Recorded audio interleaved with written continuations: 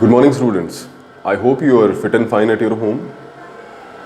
Today we will continue our topic, electrical conductivities in solids. In the previous section, we have discussed about conductors, their conductivity and the type of conductors, metallic as well as electrolytic conductor. Today, we will discuss about the insulators and semiconductors. See, conductors were having the conductivity value between 10 to the power 4 to 10 to the power 7 ohm inverse meter inverse. Insulators were having 10 ohm minus 20, 10 ohm minus to the power 10 ohm minus 10. Semiconductors have the conductivity value 10 to the power minus 6 to 10 to the power 4. So, insulators. Insulators, as you know the definition, आपको पता है definition के बारे में, पहले भी आप कई बार come across कर चुके हो definition का. Insulators क्या होते हैं? Insulators are basically those materials which do not allow the electric current to pass through them. Those are known as insulator, like rubber, wood, plastic. These are insulators because they have very low conductivity value. You can see here 10 to the power minus 20 to 10 to the power minus 10. The conductivity value is very less, so they do not allow the electric current to pass through them. उनके अंदर से कोई current pass नहीं करता.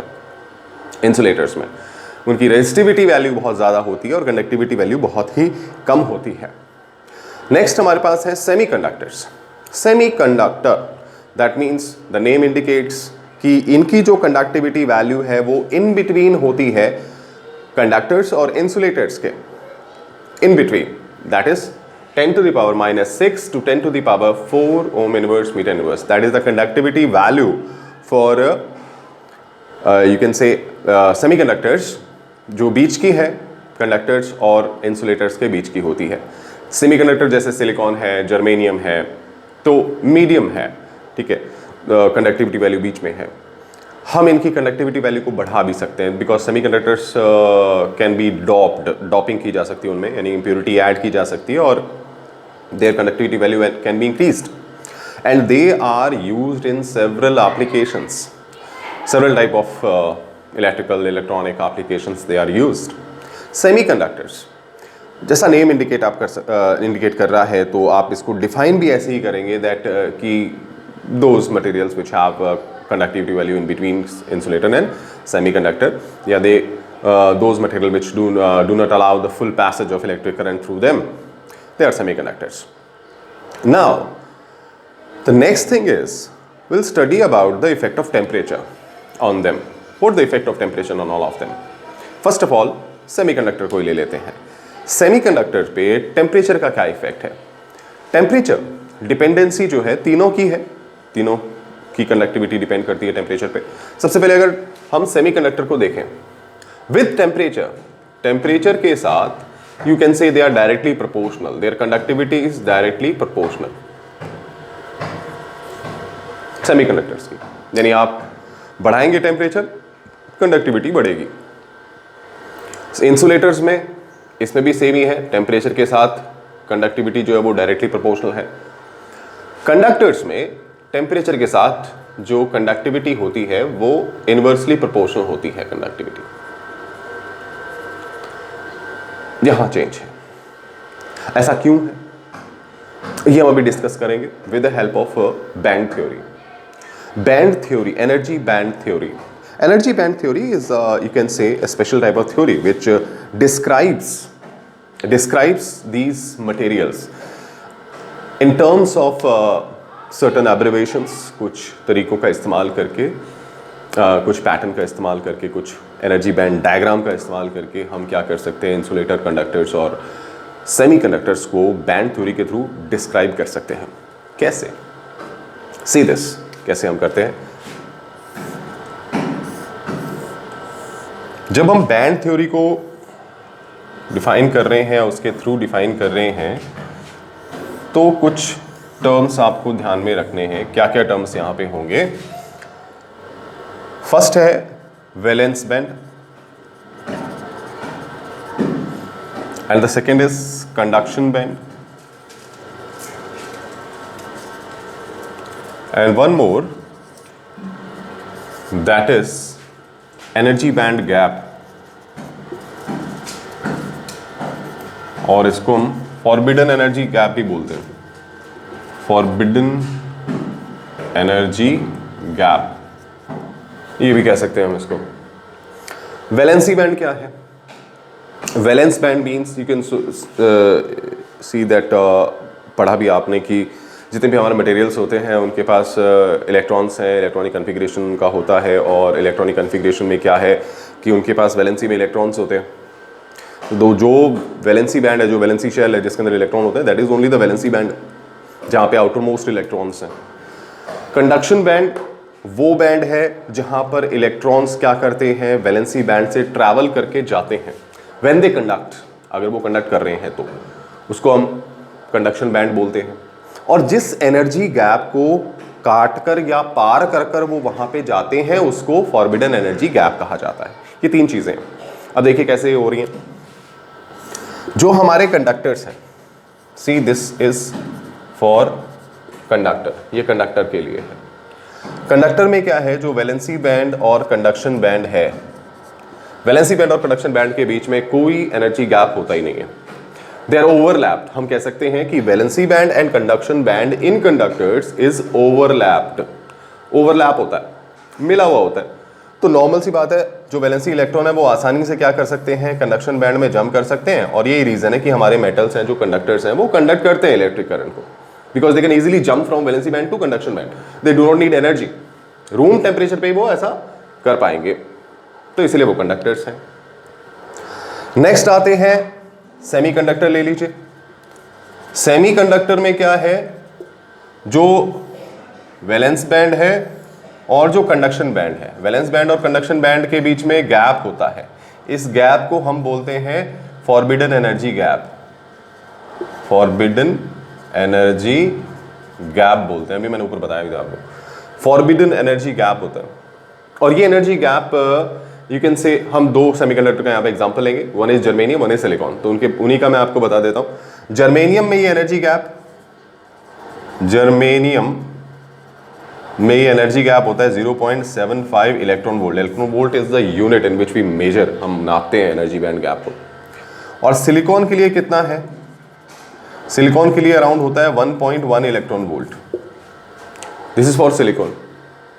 तो काफ़ी कम है, जैसा आपने देखा कि एक में 0.75 है, एक में 1.1 समथिंग है, ठीक है, 1.1 इलेक्ट्रॉन वोल्ट होता है, तो काफ़ी कम एनर्जी गैप है। और इतना कम एनर्जी गैप होने की वजह से क्या हो जाता है कि इनमें रूम टेम्परेचर पे आते ही कुछ इलेक्ट्रॉन्स जंप करके वैलेंसी बैंड से कंडक्शन बैंड में चले जाते हैं और वो कंडक्ट करते हैं, सेमीकंडक्टर। इसलिए उनकी बोलते हैं ना कंडक्टिविटी जो बीच की है, बीच की इसलिए बिकॉज कुछ इलेक्ट्रॉन रूम टेम्परेचर पे they can, some of the electron can jump over this conduction band and they start conducting, that's why they are semiconductors. ये बात पॉइंट आपको याद रखना जरूरी है, जर्मेनियम के लिए 0.75 इलेक्ट्रॉन वोल्ट और सिलिकॉन के लिए 1.1 इलेक्ट्रॉन वोल्ट का गैप होगा, एनर्जी बैंड गैप।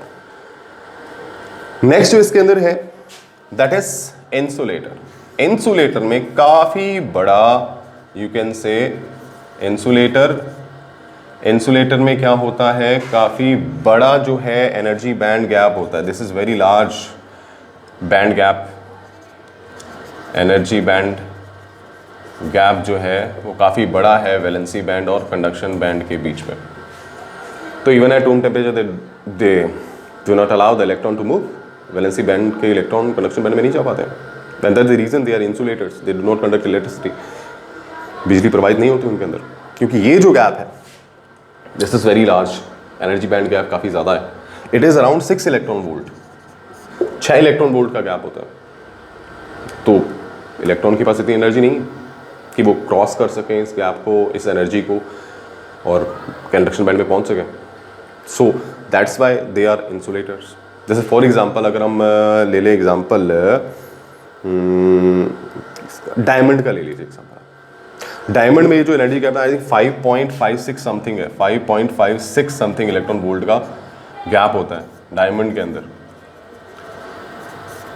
और as you know diamond is a insulator, diamond एक इंसुलेटर।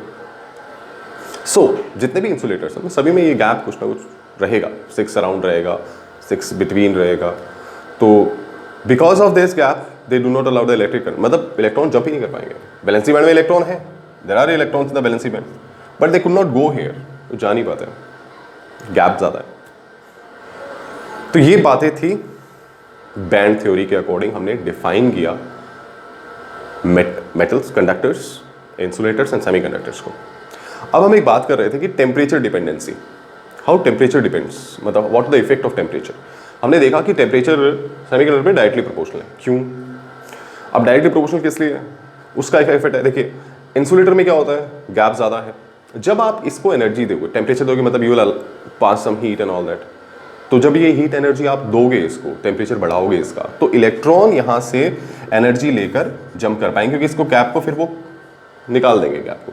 क्यों? एनर्जाइज्ड हो गए इलेक्ट्रॉन, इलेक्ट्रॉन गेट एनर्जाइज्ड, ये कहते हैं एनर्जाइज्ड, एनर्जाइज्ड इलेक्ट्रॉन्स जंप कर जाते हैं। इन केस आप क्या करोगे, जो टेम्परेचर है उसको अगर बढ़ाओगे, so that's why directly proportional. इसी तरह सेमीकंडक्टर में भी, सेमीकंडक्टर में भी क्या है, एनर्जी बैंड गैप है। अगर आप टेम्परेचर इंक्रीज करते हो तो इनकी भी कंडक्टिविटी वैल्यू क्या होती है, बढ़ती है, मतलब वो कंडक्टर बनते हैं, ज़्यादा बनते हैं, ज़्यादा कंडक्ट करते हैं। क्यों? इलेक्ट्रॉन जंप कर जाएंगे, एनर्जी मिल जाएगी भी इलेक्ट्रॉन्स को, तो इलेक्ट्रॉन यहाँ से जंप करके क्या आ जाएंगे, कंडक्शन बैंड में आ जाएंगे, कंडक्टिविटी बढ़ जाएगी, ज़्यादा इलेक्ट्रॉन कंडक्शन बैंड तक पहुँचेंगे, क्योंकि कंडक्टिविटी के लिए वैलेंसी बैंड का, इलेक्ट्रॉन्स का कंडक्शन बैंड तक पहुँचना ज़रूरी है। दूसरी बात, यहाँ कंडक्टर्स में क्या होगा, कंडक्टर्स के अंदर क्या होगा, कंडक्टर्स में ऑलरेडी मतलब वैलेंसी बैंड के इलेक्ट्रॉन कंडक्शन बैंड में पहुंच चुके हैं। ये इलेक्ट्रॉन यहाँ पहुंच चुके हैं, ये वाले इलेक्ट्रॉन यहाँ पे पहुंच चुके हैं वैलेंसी बॉन्ड के, ठीक है, तो पहले से इलेक्ट्रॉन है। दूसरा, यहाँ पे अब वैलेंसी बैंड के इलेक्ट्रॉन तो वहाँ चले गए, अब जो प्री वैलेंसी शेल है उसके इलेक्ट्रॉन वैलेंसी शेल में बन जाएंगे, मतलब वैलेंसी शेल में आ जाएंगे।